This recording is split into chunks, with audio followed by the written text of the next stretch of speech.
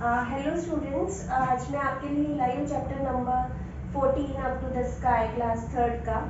और हम देखेंगे इस चैप्टर में हम जो भी जितना कवर कर सकते हैं, जो हमारे आने वाले पेपर में इम्पॉर्टेंट पॉइंट्स हैं उन्हें हम कवर करेंगे। और रिवीजन है ये, तो ऑलरेडी चैप्टर जो हम पढ़ चुके थे उसकी रिवीजन वर्क है ये, तो रिवीजन हम कवर करने की कोशिश करेंगे। इसमें सबसे पहला पॉइंट है एटमॉस्फेयर। जब हम बात करते हैं अप टू द स्काई, यानी कि स्काई के ऊपर क्या है, तो हम उसके बारे में बात करेंगे। हमारा जो अर्थ है, हमारी अर्थ जो है वो एक प्लैनेट कहलाती है, and earth is the only planet जहाँ पे लाइफ पॉसिबल है। ठीक है। और इसके अलावा अगर हम बात करते हैं एटमॉस्फेयर की, तो हमारे आसपास की जो लेयर होती है एयर की, उसे बोलते हैं atmosphere. Atmosphere is a thick layer of air which is around everywhere. ठीक है। जो हमारे अर्थ पे एक थिक लेयर ऑफ एयर होती है उसे हम एटमॉस्फेयर बोलते हैं।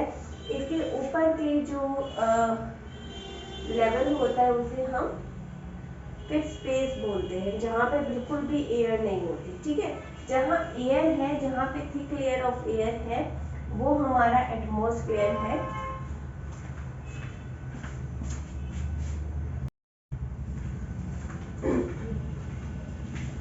हेलो स्टूडेंट्स, आज मैं आपके लिए लेकर आई हूँ quick revision of chapter number 14 up to the sky class third की। इसमें बेसिकली जितने भी हमारी स्पेस रिलेटेड है साइंस के अंदर, ये साइंस का ही चैप्टर है, तो हम इसी के बारे में पढ़ेंगे। जो भी पॉइंट हम कवर कर सकते हैं हम जल्दी से कवर करेंगे without wasting any time. Atmosphere के बारे में पढ़ते हैं। एटमॉस्फेयर क्या है कि हमारे अर्थ के आसपास एक लेयर बन जाती है एयर की, उसे हम एटमॉस्फेयर कहते हैं। It is a thick layer of air which is called atmosphere. और जहाँ पे बिल्कुल भी एयर नहीं होती, अबव द स्काई, उसे हम स्पेस कहते हैं। ठीक है। जहाँ पे बिल्कुल भी एयर नहीं होती वहाँ पे उसे हम स्पेस कहते हैं। ठीक है। अब हम पढ़ते हैं अपने प्लैनेट्स के बारे में, हमारे सोलर सिस्टम के बारे में। हम सोलर सिस्टम की बात करते हैं तो हमारे ओवरऑल 8 प्लैनेट हैं। 8 प्लैनेट्स कैसे हैं? वो आज सन के आसपास रिवॉल्व करते हैं। जब ये रिवॉल्व करते हैं सन के आसपास एक फिक्स्ड पाथ पे, इस फिक्स्ड पाथ को हम ऑर्बिट कहते हैं। ठीक है। ये ऑर्बिट एक फिक्स्ड पाथ है जहाँ पे जितने भी प्लैनेट्स हैं वो रिवॉल्व करते हैं सन के आसपास। नाउ सन के बारे में पढ़ लेते हैं। हमारे टोटल 8 प्लैनेट्स हैं और सन प्लैनेट नहीं है। सन क्या है?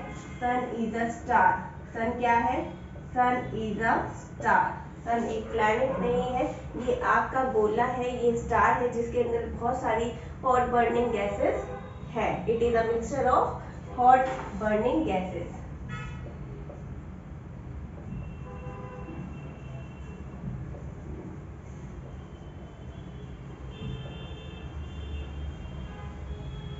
ठीक है। तो सन जो है वो एक प्लैनेट नहीं है, स्टार है। बाकी जितने भी प्लैनेट्स हैं, 8 के 8 प्लैनेट सन के आसपास रिवॉल्व करते हैं। ये सन के आसपास एक चक्कर काटते हैं एक फिक्स्ड पाथ में, उस पाथ को हम बोलते हैं ऑर्बिट। ठीक है।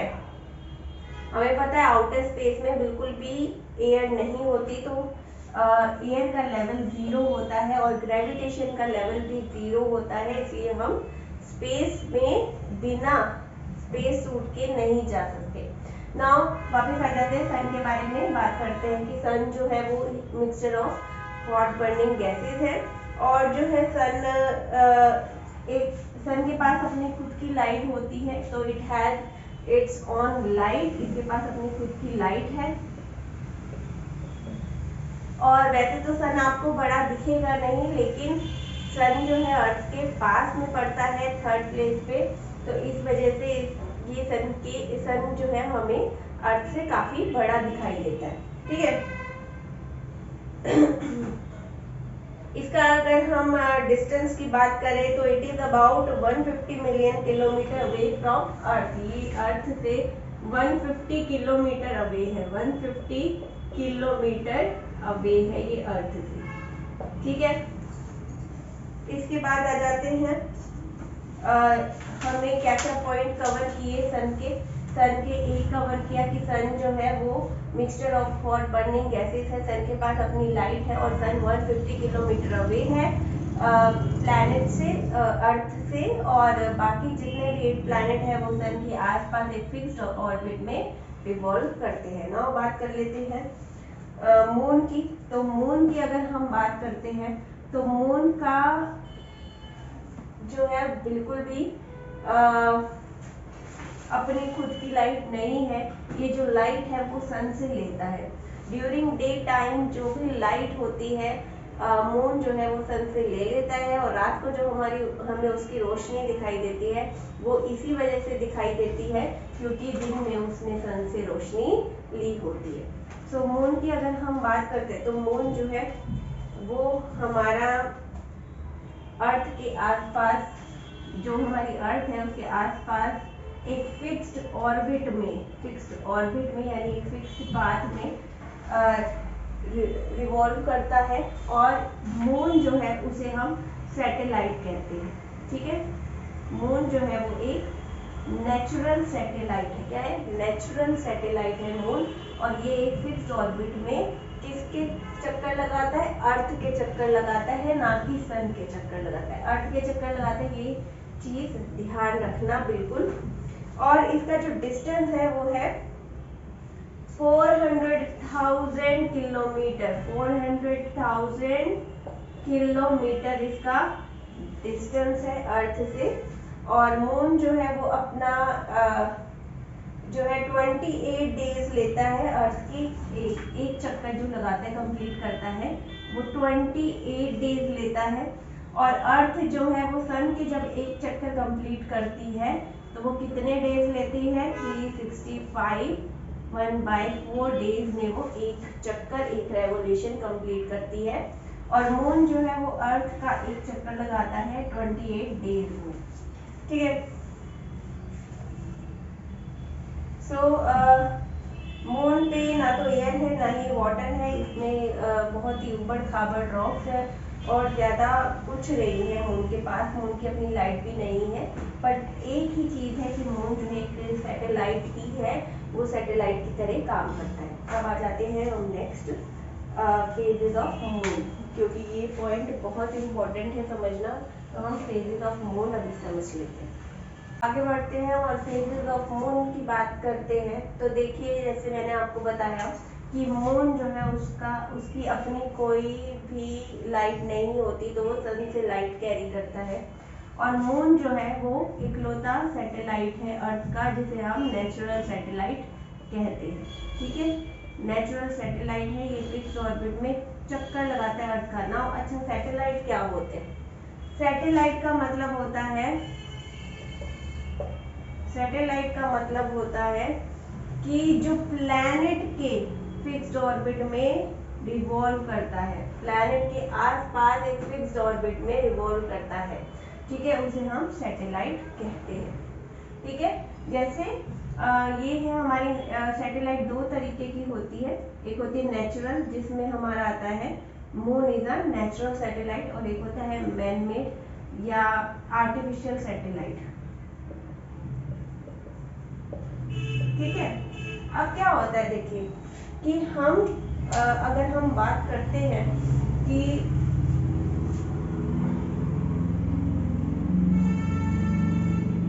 अगर हम बात करते हैं फेजेस की, तो फटाफट फेजेस को जान लेते हैं, ज़्यादा टाइम नहीं वेस्ट करते क्योंकि हमने ऑलरेडी चैप्टर समझ लिया, तो इसको समझ लेते हैं फटाफट। तो फेजेस का मतलब क्या है कि जब अर्थ जो है, हमें पता है सन के आसपास चक्कर कौन लगाती है? अर्थ, है ना, एंड अर्थ है प्लैनेट, लेकिन अर्थ के आसपास चक्कर कौन लगाता है? मून, और मून है सैटेलाइट, है ना। तो क्या होता है कि अगर जब जैसे जैसे ये चक्कर लगा रहे होते हैं, तो इस फेज में जब मून इस तरफ आता है ना, सन के इस तरफ, तो ये क्या करता है? इसकी लाइट को एब्जॉर्ब कर लेता है, ठीक है। तो ड्यूरिंग दिस फेज जब सन यहाँ होता है और मून यहाँ आ जाता है इस प्लेस पे, ठीक है, मून हो जाता है और यहाँ अर्थ हो जाती है। तो जो सन की लाइट है वो डायरेक्टली मून पे पड़ती है ना, और मून पे सारी लाइट पड़ने की वजह से ये एरिया तो वाइट होता है और ये एरिया क्या हो जाता है, ब्लैक रह जाता है। तो हमें क्या डायरेक्ट क्या दिखती है, हमें सन की शैडो दिखाई देती है, इसलिए हमें मून कैसा दिखता है, ब्लैक दिखता है। इसे हम बोलते हैं अमावस्या। ठीक है, अमावस्या या न्यू मून। ठीक है, अब जैसे जैसे ये रोटेशन होनी शुरू हुई, धीरे धीरे इसकी मूवमेंट शुरू हुई, तो मूव करते करते ये क्या करेगा, अपने जैसे ब्लैक दिखा हल्का हल्का शेडो दिखने लगेगा, क्योंकि जैसे जैसे ये मुड़ेगा लाइट कैसी होगी, पास होनी शुरू हो जाएगी, और पास होनी शुरू हो जाएगी तो अर्थ को दिखनी शुरू हो जाएगी। तो धीरे धीरे जब ये अपनी फेज कंप्लीट करेगी तो ये पहले हल्की दिखेगी, फिर इस फेज को कहेंगे क्रिसेंट, फिर जब ये हाफ दिखेगी, आधी वाइट आधी ब्लैक, इसे कहेंगे हाफ मून, फिर अगेन ये क्रिसेंट में जाएगी इस तरफ, इसे कहेंगे क्रिसेंट फेज, है ना। और फिर जब ये इस तरफ आ जाएगी अर्थ के बिल्कुल सामने, तो क्या होगा कि हमारे जो सन की लाइट है वो डायरेक्टली कहाँ पड़ेगी, अर्थ पर, और अर्थ की लाइट, अर्थ की जो शेडो है वो डायरेक्टली पड़ेगी सन पर। तो इस वजह से क्या होगा कि डायरेक्टली देखने की वजह से ये पूरा का पूरा लाइट में दिखेगा। ठीक है, तो इस वजह से इसे कहेंगे पूर्णिमा या फुल मून। तो इस फेज को क्या कहेंगे, पूर्णिमा। जब when earth comes in between sun and moon, this phase is called पूर्णिमा। When moon comes between sun and earth, this phase is called new moon या अमावस्या। चलिए यहाँ पे फटाफट खत्म करते हैं और आगे बढ़ते हैं। अगर हम स्टार्स की बात करते हैं तो हमें आउटर स्पेस में बहुत सारे ऐसे चमकती हुई रोशनियां दिखती है, ट्विंकलिंग चीजें दिखती हैं, टिमटिमाती हुई, उन्हें हम स्टार्स कहते हैं। स्टार्स का मतलब जो ट्विंकल कर रही हैं। बेसिकली स्टार होता कुछ नहीं है, अगेन छोटे छोटे से गैसेस की बॉल्स होती हैं। मैनी गैसेस जब जुड़ जाती हैं तो वो बहुत सारी इस तरीके की शेप ले लेती, राउंड की, जो हमें यहाँ पे ऐसा लगता है कि ये शेप है, स्टार शेप है और ये टिमटिमा रहा है। सो बहुत सारे जो स्टार्स होते हैं आप स्काई में देखते हो, कुछ बहुत बड़े होते हैं और कुछ बहुत छोटे होते हैं, और ये डिपेंड करता है उनकी दूरी से। वैसे तो स्टार्स जो है वो सन से काफी बड़े होते हैं, सन छोटा होता है, स्टार्स बहुत बड़े होते हैं, लेकिन सन अर्थ के पास में है और स्टार्स अर्थ के बहुत दूर है। इसके डिस्टेंस की वजह से हमें स्टार्स क्या दिखते हैं, छोटे दिखते हैं, और सन क्या दिखता है, वो बड़ा दिखता है। Now moving to constellation. तो एक ये जो शेप होती है, ये शेप्स आपकी डल जाती है, या तो बियर में ढल जाएगी, या आपकी लियो में डल जाएगी, या आपकी ओरियन की शेप ले लेगी। तो जब ये constellation group of stars which form a shape, that is called constellation. Constellation का मतलब होता है group of stars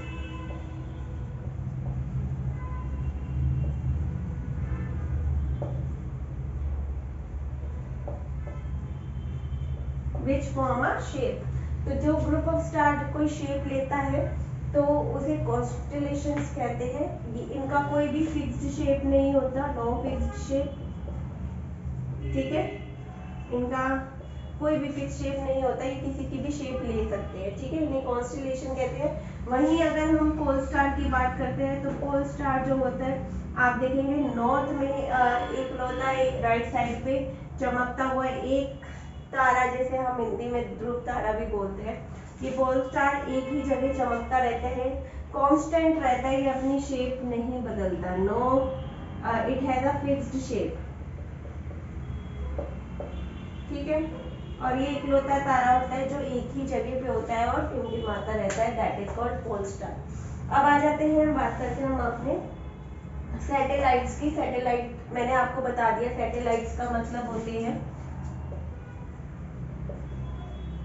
satellites are those which revolve around the planet. ठीक है, जो रिवॉल्व करता है रिवॉल्व अराउंड द प्लैनेट, जो प्लैनेट के आसपास रिवॉल्व करता है, जैसे कि अर्थ के आसपास रिवॉल्व करने वाला है मून, तो moon is a natural planet. इसके अलावा आर्टिफिशियल प्लैनेट्स है जिनसे हमें वेदर फोरकास्टिंग भी मिलती है।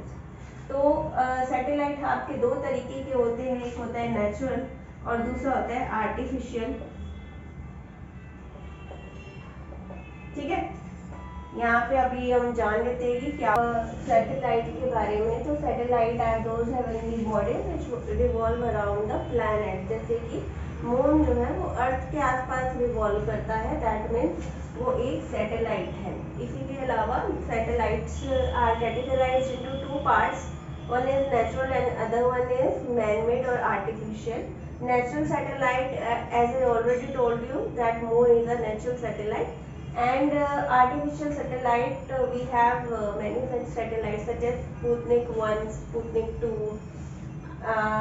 Aryabhatta.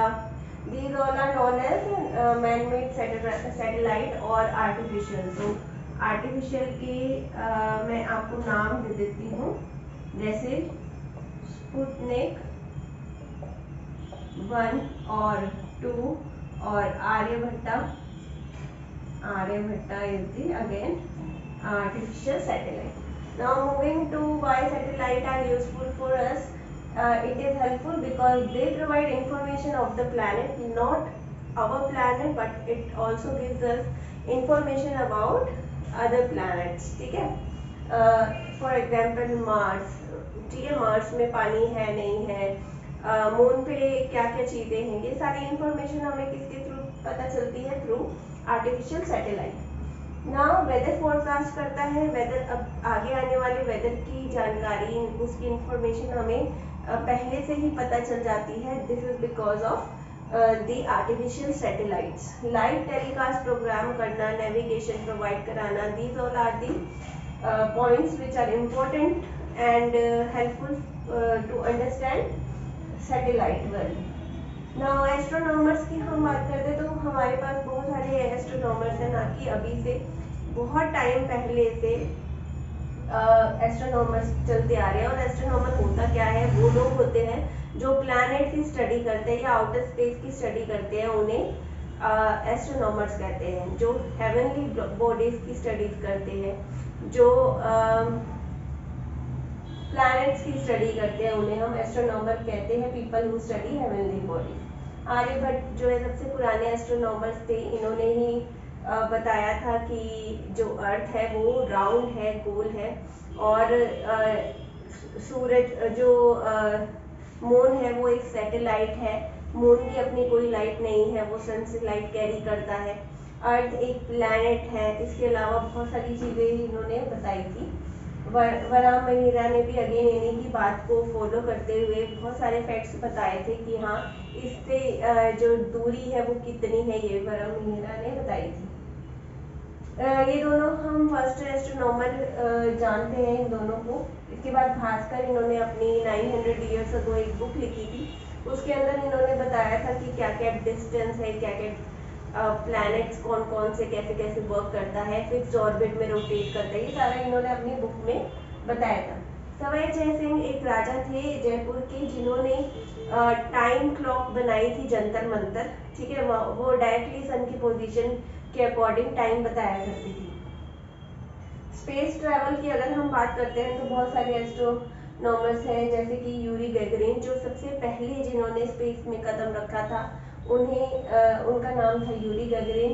और नील आर्मस्ट्रॉन्ग थे जो फर्स्ट मून पे लैंड हुए थे, उनका नाम था नील आर्मस्ट्रॉन्ग। इसके अलावा जो इंडियन हैं उनके बारे में भी बात कर लेते हैं, हमारे इंडियन एस्ट्रोनॉमर्स की। फटाफट इस चैप्टर को खत्म करते हैं, फिर क्वेश्चन आंसर्स करती हैं। तो इंडियन एस्ट्रोनॉट के बारे में बात कर लेते हैं। तो फर्स्ट जो इंडियन एस्ट्रोनॉट थे वो थे राकेश शर्मा, जिनका जो जन्म था वो 1949 में हुआ। इनको स्पेस में जाने का मौका मिला था 1984 में। ये जो थे पटियाला के रहने वाले थे, और ये एयरक्राफ्ट में, फाइटर प्लेन में, फाइटर एयरक्राफ्ट में जॉब करते थे। इसके बाद इनकी सोवियत स्पेस क्राफ्ट में इनको मौका मिला फर्स्ट टाइम स्पेस में जाने का। इसके बाद कल्पना चावला जो थी वो अगेन हमारी फर्स्ट इंडियन वुमेन कहती है जो स्पेस में गई थी। उन्होंने 2 बार तो वो स्पेस में गई, थर्ड बार जब गई वो रिटर्न नहीं आ पाई, वो अपनी स्पेस से वापस नहीं आ पाई और 1 फरवरी 2003 को उनका स्पेस जो थी वो क्रैश हो गया। सुनीता विलियम्स अगेन एक ऐसी लेडी थी जो 195 डेज में स्पेस क्राफ्ट में रही थी अपने। तो हमारी 2 ऐसी लेडी थी, ये 3 नाम आपको याद